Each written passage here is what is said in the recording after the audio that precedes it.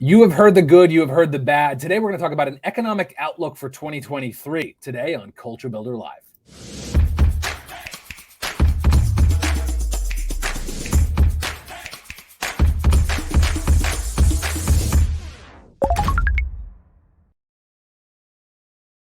The CEO and co-founder of Technically, the news organization with a community of technologists and entrepreneurs. Today on Culture Builder Live, we're talking about an economic outlook, particularly around hiring in 2023. It's still weird times. Turns out a pandemic does that.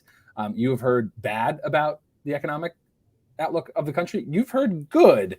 So to get some insight, we have Dave Fisch. He's the CEO of The Ladders, a long-established hiring platform, to talk about what they're seeing in their own data about today's hiring landscape. Dave, thanks for being here. You bet. Great to be here. Appreciate it. So, Dave, let's just start us off at The Ladders. What are you guys seeing in your own data right now? What's happening on the hiring side, particularly for that higher wage professional, which The Ladders is such expertise in? Yeah, I loved in your intro, so the pandemic can definitely change the dynamics of hiring. And it really has. It's been interesting kind of sitting in the seat that I'm in for the last year and really kind of trying to figure out what are the trends that are, that are relative to the pandemic, or are these just natural trends because of seasonality and kind of the flux of the economy? So you have all of these weird kind of different dynamics kind of coming in for one big grand crescendo and trying to figure that out. But what I would say is that, hiring is still very much active and alive.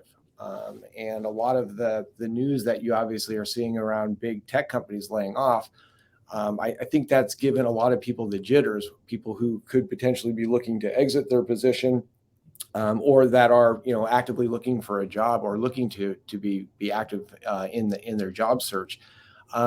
The market is still very, very ripe at that high end, kind of $100,000 to $500,000 level, and that's really what The Ladder services. We'll end up dropping in the recap story on Technically and in the links below.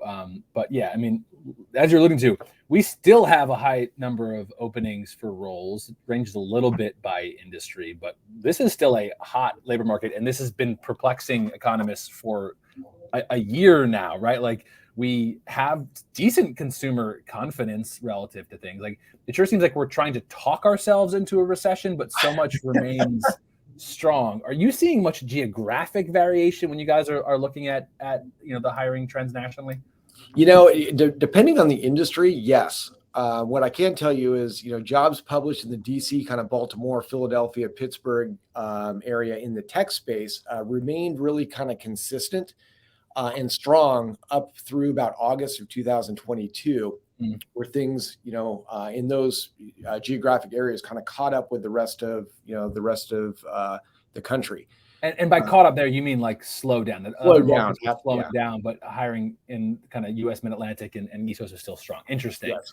Like, and that you mean, so other regional hubs had softness sooner in some Correct. of those professional and even tech industry hiring, but stayed strong here. That is interesting. Okay. Correct. And again, depending on the industry that we're talking about, healthcare as a contrast to the tech sector is booming, right? The travel sector is booming. So it really does depend on kind of the geographic area as well as that, the sector that we're talking about. Let's talk then about that sector. There's been a decent reporting. Is this a tech recession? If you look back at the last half dozen recessions over the last maybe 50 or so years, this follows a very normal pattern. The pattern is typically seen as like last in, first out. The idea of lower wage workers, this typically shows up also in Black and Hispanic workers, some of the first to lose roles. So typically that's the story. And it goes up the economic wage earning pathway, and the highest wage earners are typically the most saved. That's not what has been happening the last 6 to 8 months. And there's been conversation that most of the high profile layoffs have been happening at high profile consumer technology firms and experimental high wage earnings. Notably, the economic data also point out they typically are getting their next job pretty quick. So we still don't have a lot of slack in this market, which is also not what has happened the last few recessions. So just talking a little bit about how concentrated is this in tech? I for my economics nerds, I will be cautious about even using the word recession, because recession is supposed to be broad based. So if you're talking about a single industry, almost definitionally, it's not a recession. Right. But forgive me that, economics nerds. Yeah, but think about what was happening. I mean, we had such a huge, kind of wage inflation, through the pandemic, where you had, a very, very interesting kind of set of things happening at the same time, where you had companies that were literally, rolling out the red carpet to hire in, director level, or lower, in many cases, employees, and the asks from those employees, and we know this through our data, were pretty incredible, and the wages and the bonuses and kind of the perks that were being offered, over the last handful of years were pretty incredible, not sustainable by any means.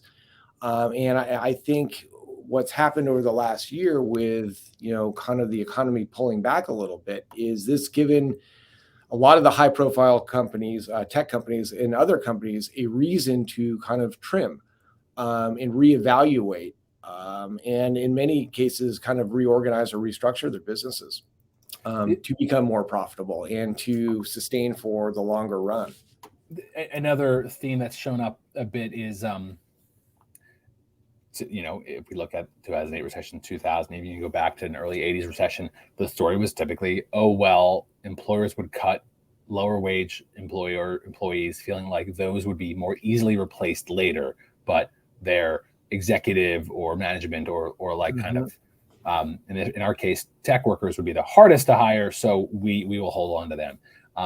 We did a little bit of reporting over here at Technically on the concept of labor hoarding, and how we were seeing tech roles were, especially highly technical software engineers, some of the hardest to hire roles, were being perhaps hoarded. But man, it feels like right now the manufacturing and the retail jobs are the hardest to hire for. So that's the area that we're not seeing layoffs, but we're seeing churn on the higher income earners. Just can you square this for me? Like Ladders, you guys are seeing still a ton of hiring on the high wage, but we've also seen some layoffs. It just seems like we're churning people still, but there is no slack. So it's remaining very tight. Right. Are you guys talking much about that? What are you talking to your clients about?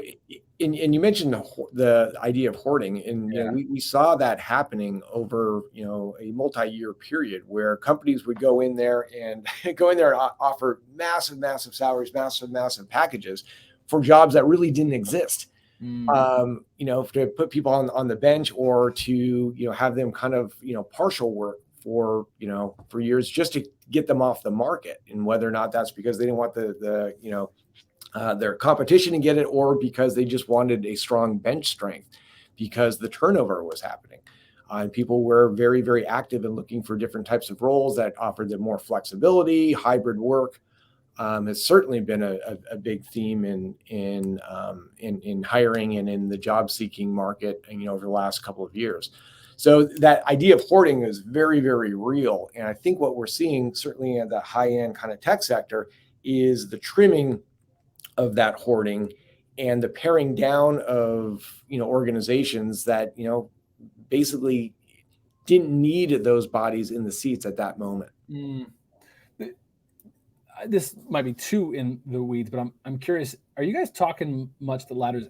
Has the labor market fundamentally shifted during this pandemic in a lasting way? Is that overblown? How much do you think the world has changed? I think the world's changed a lot. And we've done a ton of kind of surveys and data with our member base. And what we're seeing is the majority of people in the tech sector at that 100,000 plus level that have been working remote or hybrid, if they were forced to go back to the office, they would look for other work. And that study that we did was I think it was about 4 months ago. So very, very recent. Well, in today's standards, maybe it's not as recent. Everything seems to be changing on an hour by hour basis. Right. But the majority of people in that tech sector and at that high, kind of income level that were previously working in hybrid, if they were forced to go back full time into an office, would look for another position. So I don't think that's going away anytime soon. Once people kind of get a taste of, wow, I could actually, take off 20 minutes and drive my, kids to, a piano practice, whatever it is. People want to protect that freedom and that flexibility in their workday. I lose you here in a couple minutes. Let's turn to the question at hand, your own economic outlook for 2023. What are you guys telling your own clients? What are you hearing in conversations? How doom and gloom do you think this year is? What does the front half of the year look like compared to the second half? What does 2023's economic and hiring look like to you? Yeah, our take on it is, and we know this just because of the influx of new hiring teams that are looking to fill positions and new members coming in and being very active in that job seeking market.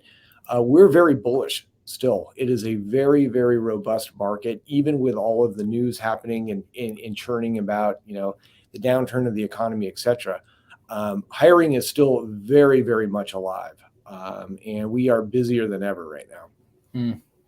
Any other misperception of where we are in hiring in the economy right now that you want to correct for folks? Like, what are employers getting wrong? I would say the other dynamic that's happening is I think the power has shifted a bit back into the companies versus the employee, just in terms of the packages and the asks that I think over the last couple of years have been again very frothy.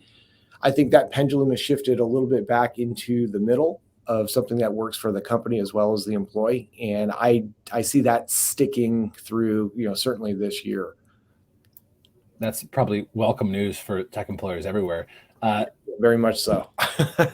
Dave, Fisch, I super appreciate the time. Thanks for being here. Yeah, absolutely. Great talk. Bye-bye. That's this week's Culture Builder Live. We'll see you next time. Thanks, Dave Fisch, CEO of Ladders. See you, everybody.